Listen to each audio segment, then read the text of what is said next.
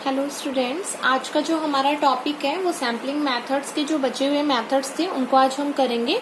और उसमें आता है सिस्टमैटिक सैम्पलिंग। जैसा कि हम रैंडम सैम्पलिंग के बारे में, परपेसिव जो हमारा सैम्पलिंग था और स्ट्रेटिफाइड सैम्पलिंग था, उन तीन मेथड के बारे में पढ़ चुके थे।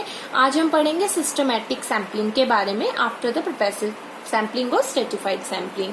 देखिए, सिस्टमैटिक सैम्पलिंग क्या होता है कि इसमें जो डाटा कलेक्ट किया जाता है वो एक सिस्टमैटिक वे में किया जाता है, राइट। तो इसमें क्या होता है, in this method units of the populations are numerically, geographical and alphabetically arrange. इसमें क्या होता है कि जो भी आप डाटा कलेक्ट करना चाहते हो, लाइक अगर आप 2000 लोगों का डाटा कलेक्ट करना चाहते हो तो सबसे पहले तो आप उसको एक सिस्टमैटिक वे में अरेंज करेंगे, अल्फाबेटिक वे में अरेंज करेंगे, ज्योग्राफिकल वे में अरेंज करेंगे और न्यूमेरिकली फॉर्म में उसको आप क्या करेंगे, अरेंज करेंगे, like in case of the ascending, descending, इस वे में। ठीक है। फिर इसमें क्या होता है, every nth item is selected. फिर इसमें क्या होता है, हर nth आइटम को सिलेक्ट किया जाता है। nth आइटम का मतलब ये होता है कि इसमें हम क्या कर लेते हैं, हम आइटम सिलेक्ट कर लेते हैं। ठीक है। जैसे कि मान लीजिए 5th आइटम हो गया, फिर उसके बाद मैंने 15th आइटम सिलेक्ट कर लिया, फिर मैंने इसके बाद 25th आइटम सिलेक्ट कर लिया। ठीक है। तो रैंडमली क्या किया जाता है, ऐसे आइटम्स को सिलेक्ट कर लिया जाता है। बट सिस्टमैटिक सैम्पलिंग इसका नाम है। तो सबसे पहले तो इसमें क्या होता है कि सिस्टमैटिक का मतलब ये होता है कि कोई भी काम एक सिस्टमैटिक वे में करना। तो इसमें क्या होता है, डाटा तो ऑफकोर्स हम रैंडमली करते ही हैं, बट इसमें क्या होता है, एक सिस्टमैटिक वे में चलता है वो डाटा कलेक्ट करना भी। वो कैसे होता है, देखिए। If 10 out of the 100 students are to be selected, मान लीजिए हमें 100 स्टूडेंट्स है और उनमें से 10 बच्चों को सिलेक्ट करना है। 100 इज माई पॉपुलेशन, क्योंकि मेरे पास 100 बच्चों का ही डाटा अवेलेबल था, 100 था, तो यूनिवर्स पॉपुलेशन मेरा 100 हो गया, आइटम 100 अवेलेबल है, उसमें से मुझे 10 का ही क्या करना है, एक फ्रेम बनाना है। ठीक है। तो इसमें मैं क्या करूंगी, जो भी बच्चों पहले 100 स्टूडेंट्स है ना, उनको क्या करूंगी, एक अच्छे प्रॉपर वे में अरेंज कर दूंगी। ठीक है। अरेंज करने के बाद मैं क्या करूंगी, हर 10th आइटम को सब्सिक्वेंटली सेलेक्ट कर लूंगी। अब आपको समझ में नहीं आया होगा कैसे सब्सिक्वेंटली कर लूंगी, मतलब हर कंटिन्यूअस वे में 10th आइटम को मैं सिलेक्ट कर लूंगी। देखिए मैं बताती हूँ। मान लीजिए 100 थे स्टूडेंट्स, मैंने उनको अरेंज कर दिया 1st, 2nd, 3rd, 4th, 5th, 6th इस वे में कर दिया, राइट। उसके बाद क्या हुआ कि मैंने क्या किया, 5th आइटम को सिलेक्ट कर लिया। मैंने 5th आइटम सिलेक्ट कर लिया। उसके बाद 10th आइटम का मतलब यह है कि 5th के बाद अब मैं कौन सा आइटम सिलेक्ट करूंगी, 15th आइटम सिलेक्ट करूंगी, फिर मैं 25th आइटम सिलेक्ट करूंगी, फिर मैं 35th आइटम सिलेक्ट करूंगी और ये सोन चलता जाएगा अप टू द 95 तक, राइट। क्योंकि मुझे 100 में से 10 आइटम ही सिलेक्ट करने हैं। और nth आइटम का मतलब यहाँ पे ये होता है कि बेटा कितने nth आइटम है, 100 है टोटल, है ना। टोटल नंबर ऑफ आइटम तो 100 थे आपके पास, उसमें से आपको 10 आइटम सिलेक्ट करने थे और उनका फ्रेम तैयार करना था। तो मैंने क्या किया, एक सिस्टमैटिक वे में चली कि मैंने क्या किया, पहले 5वां लिया, मैंने 5th आइटम लिया, उसके बाद मैंने क्या कर दिया, मैंने उसके बाद 15th आइटम लिया, 10 छोड़ दिए, 15 ले लिया, फिर उसके बाद फिर 10 छोड़ दिए, 25th ले लिया। तो एक सिस्टमैटिक वे में चल रहा है, राइट। तो उसको बोला जाता है बच्चों सिस्टमैटिक सैम्पलिंग। ठीक है। फिर इसके मेरिट्स क्या होते हैं, this is a very simple method, बिल्कुल सिंपल मेथड है। आप अपने अकॉर्डिंग मेथड जो भी आइटम होते हैं उनको सिलेक्ट करके सैंपल को फ्रेम कर देते हैं और बिल्कुल एक किस वे में चलता है, सिस्टमैटिक वे में चलता है। There is no personal biasness, इसमें कोई पर्सनल बायस नहीं होती। पर्सनल बायसनेस की बिल्कुल भी इसमें नहीं होती, क्योंकि आप एक सिस्टमैटिक वे में काम कर रहे हो तो बायसनेस तो आएगी ही नहीं, राइट। अब डाटा जो भी पर्सन 5th नंबर पे होएगा उसका डाटा ले लिया जाएगा, उसके बाद जो 15 पे होएगा तो उसका डाटा ले लिया जाएगा। तो बच्चों पर्सनल बायसनेस की तो यहाँ पे आती ही नहीं है बात। उसके बाद बात आती है every item in the population doesn't get equal chance. बिल्कुल हर आइटम को इक्वल चांस नहीं मिलता, जैसे रैंडम में मिल जाता था। क्यों नहीं मिलता, क्योंकि बच्चों 5th आइटम सिलेक्ट किया, उसके बाद 15 सिलेक्ट कर रहे हैं, तो बच्चों जो बीच का बच गया उनको तो चांस ही नहीं मिला, है ना। तो ये क्या है कि हर आइटम को इक्वल चांस नहीं मिलता पॉपुलेशन में।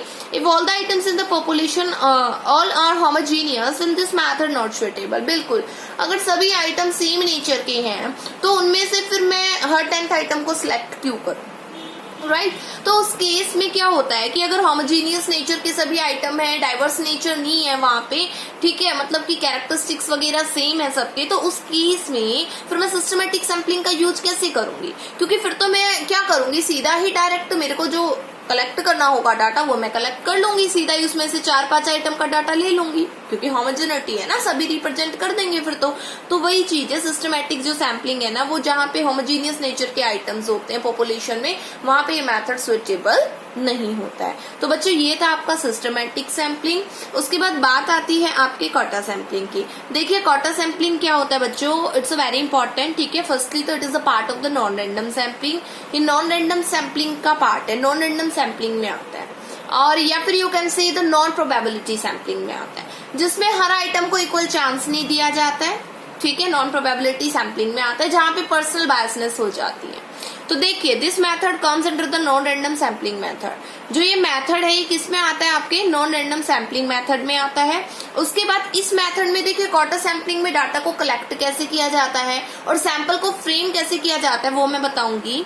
इसमें क्या होता है कि पॉपुलेशन को डिफरेंट ग्रुप्स में डिवाइड कर दिया जाता है और डिफरेंट क्लास में डिवाइड कर दिया जाता है, और अकॉर्डिंग टू देयर कैरेक्टरिस्टिक के बेसिस पे ना, according to their similar characters in the sense देखिए कि पॉपुलेशन को मैंने मेल और फीमेल में डिवाइड कर दिया। उसके बाद मेल जो है उनमें से कितने के पास रोजगार है, कितनों के पास रोजगार नहीं है। फीमेल में कितने के पास रोजगार है, कितने के पास रोजगार नहीं है। एरिया वाइज कर दिया, हरियाणा के अलग कर दिए, यूपी के अलग कर दिए, एमपी के अलग कर दिए। तो बेटा वो क्या है, मतलब कि मैं अकॉर्डिंग टू देयर कैरेक्टरिस्टिक्स में क्या कर रही हूँ, अलग अलग जो डाटा है वो बना रही हूँ, अलग अलग कर रही हूँ, ठीक है। उसके बाद क्या किया मैंने, कुछ जो परसेंटेज था डिफरेंट ग्रुप का टोटल पॉपुलेशन में वो फिक्स कर दिया।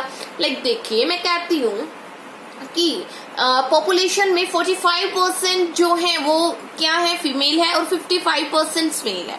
तो इट मीन्स दैट कि मैंने डाटा को कलेक्ट किया, उसके बाद मैंने उनको कैटेगराइज किया, तभी तो मुझे पता चला ना पॉपुलेशन का। उसके बाद फिर कोटा सैम्पलिंग में हम क्या कर देते हैं, हमें जो भी डाटा चाहिए, जितना भी डाटा चाहिए उसके रिगार्डिंग हम क्या कर देते हैं, फिक्स कर देते हैं। क्या कर देते हैं, हम डाटा को फिक्स कर देते हैं कि मान लीजिए जैसे मेल है, तो मेल अगर मान लीजिए मेरे पास 50 का डाटा अवेलेबल है तो उसमें से मैंने कोटा फिक्स कर दिया कि भाई इसमें से 10 लोगों का डाटा लेना है। फीमेल अगर मेरे पास 50 है तो उसमें मैंने फिक्स कर दिया कि मुझे इसमें से 15 लोगों का डाटा लेना है, ठीक है। तो जिसमें क्या कर देते हैं, हम कोटा फिक्स कर देते हैं कि हमने ग्रुप बना दिया, पॉपुलेशन के सब ग्रुप बना दिया, अब उन ग्रुप में से हमें कितना डाटा लेना है, तो उसके लिए हम क्या कर देते हैं बच्चों, परसेंटेज को फिक्स कर देते हैं, ठीक है। तो ये था आपका कोटा सैम्पलिंग, जिसमें परसेंटेज को क्या कर दिया जाता है, फिक्स कर दिया जाता है according to the quota fixing, ठीक है। फिर आता है जैसे देखिए population consist 45% female and 55% male, your sample represent the population. मतलब कि आपने क्या किया, पॉपुलेशन में से आपने पॉपुलेशन को डिवाइड कर दिया ग्रुप में, मेल एंड फीमेल में। फिर आपने देखा 55% तो मेल है और 45% फीमेल है, ठीक है। तो ये कोटा फिक्स हो गया कि भाई इतने हैं, इतना परसेंट फिक्स है। अब आपको अपने अकॉर्डिंग जितना लेना है आप ले लीजिए, ठीक है। That is the quota sampling. वो क्या होता है बच्चों, कोटा सैम्पलिंग होता है। इनएक्सपेंसिव होता है, बिल्कुल एक्सपेंसिव नहीं होता, इनएक्सपेंसिव होता है। Fast to create and complete, बिल्कुल जल्दी से सैंपल फ्रेम बन जाता है। Takes into account the population proportion. Quota sampling में हमेशा क्या लिया जाता है, प्रोपोर्शन अमाउंट या परसेंटेज में डाटा को कलेक्ट किया जाता है। फिर बात आती है डिसएडवांटेज क्या है, सिलेक्शन इज नॉट रैंडम, बिल्कुल भी रैंडमली डाटा को कलेक्ट नहीं किया जाता। कोटा फिक्स कर देते हैं, अगर 50 मेल है तो उसमें से 10 लोगों का डाटा चाहिए, फिक्स कर दिया कि 10 का डाटा लो। वो कैसे भी ले सकते हो, शुरू वालों का ले लो, बीच वालों का ले लो, कैसे भी ले सकते हो आप, वो आपके इन्वेस्टिगेटर के ऊपर डिपेंड करता है। सिलेक्शन बायस, बिल्कुल बायसनेस आ सकती है, इन्वेस्टिगेटर बायस्ड हो सकता है, 50 में से उन 10 लोगों का डाटा ले ले वो जो उसके खास है। आई बात समझ में। लाइक और सिलेक्शन बायस क्या होगा, देखिए मैं बताती हूँ बहुत अच्छे से। Like you might avoid choosing the people who have further away for framing a sample. It means that, इसका मतलब क्या हुआ बच्चों कि यहाँ पे क्या दे रखा है कि आपको सैंपल फ्रेम करना था, राइट। आपने क्या किया, आपने स्टेट वाइज कर रखा था, हरियाणा, यूपी, एमपी, ठीक है, ऐसे आपने कर रखा था। अब आपको करना है डाटा कलेक्ट, राइट। तो आप क्या करते हो, जो आपका नियरेस्ट स्टेशन है आप वहां से डाटा को कलेक्ट कर लेते हो। तो बताओ बायसनेस आई या नहीं आई ना। तो वही चीज है कोटा सैम्पलिंग में, ठीक है। आपकी नियरेस्ट जो चीज है आप वहां से डाटा को कलेक्ट कर लेते हो। तो बेटे ये नॉन रैंडम सैम्पलिंग मेथड का पार्ट है, इंपॉर्टेंट है। I hope it's be clear, ठीक है। उसके बाद बात आती है आपके कन्वीनियंस सैम्पलिंग की। बच्चों कन्वीनियंस सैम्पलिंग क्या होता है कि इस मेथड में जो सैम्पलिंग की जाती है वो इन्वेस्टिगेटर के द्वारा उस वे में की जाती है कि वो उसके लिए कन्वीनियंट हो। कन्वीनियंट का मतलब है कि आसानी से वो डाटा को कलेक्ट कर सके। कैसे, मान लीजिए कोई इन्वेस्टिगेटर है और वो टीचर्स का डाटा कलेक्ट करना चाहता है, किसी भी स्कूल में। तो उसने क्या किया, टीचर से ना मांगते हुए उसने प्रोस्पेक्टस उठा लिया उस स्कूल का, और वहां पे टीचर्स का डाटा अवेलेबल था, तो उसने वहां से क्या कर लिया, वो डाटा कलेक्ट कर लिया। तो ये है आपका कन्वीनियंस सैम्पलिंग, राइट। तो an investigator select a sample of a teacher nearly by referring a prospectus, मतलब कि प्रोस्पेक्टस को उसने रेफर करके और डाटा कलेक्ट कर लिया। तो वो होता है कन्वीनियंस सैम्पलिंग की अपने सहूलियत के अकॉर्डिंग डाटा को कलेक्ट करना। एक मान लीजिए कोई रिसर्चर है और उसको रिसर्च करनी है, उसके लिए उसको क्या करना था, क्वेश्चनेयर को भरवाना था, ठीक है। तो उसने क्या किया, एक मॉल में गया, एक ग्रोसरी आइटम की शॉप पे गया, वहां पे बहुत से लोग रहते हैं, ठीक है। उसने क्या किया, डायरेक्टली जाके और वहां पे डाटा कलेक्ट कर लिया, जिससे उसका टाइम भी बच गया, है ना, और एक्सपेंसिव भी नहीं रहा। तो ये होती है कन्वीनियंस सैम्पलिंग की आसानी से डाटा को कलेक्ट कर लेना, जो चीज आपके पास ऑलरेडी अवेलेबल है वहीं से आप उस इन्फॉर्मेशन को उठाओ, ठीक है। सिंपल होता है, बिल्कुल आसानी से डाटा कलेक्ट कर लिया जाता है। इनएक्सपेंसिव होता है, इनएक्सपेंसिव इन द सेंस कि इसमें कोई भी एक्सपेंडिचर नहीं होता है। अनसाइंटिफिक है, बिल्कुल अनसाइंटिफिक इसलिए है क्योंकि इसमें कोई मेथड वगैरह आप यूज नहीं कर रहे हो साइंटिफिक वे में, ठीक है। अनरिलायबल है, बिल्कुल अनरिलायबल हो सकता है, ठीक है, क्योंकि आप उसके थ्रू डाटा कर, तो उसमें तो प्रोस्पेक्टस में गलत भी तो इन्फॉर्मेशन हो सकती है ना, जरूरी थोड़ी एक्यूरेट इन्फॉर्मेशन हो, ठीक है। तो ये चीज इसने दे रखी है कन्वीनियंस सैम्पलिंग के, ये ऊपर वाले मेरिट्स थे और नीचे वाले दो क्या है आपके डिमेरिट्स है।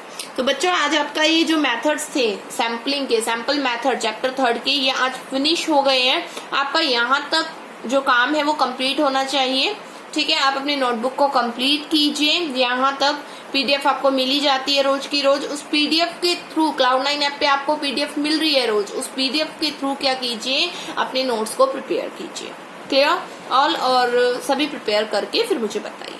Thank you.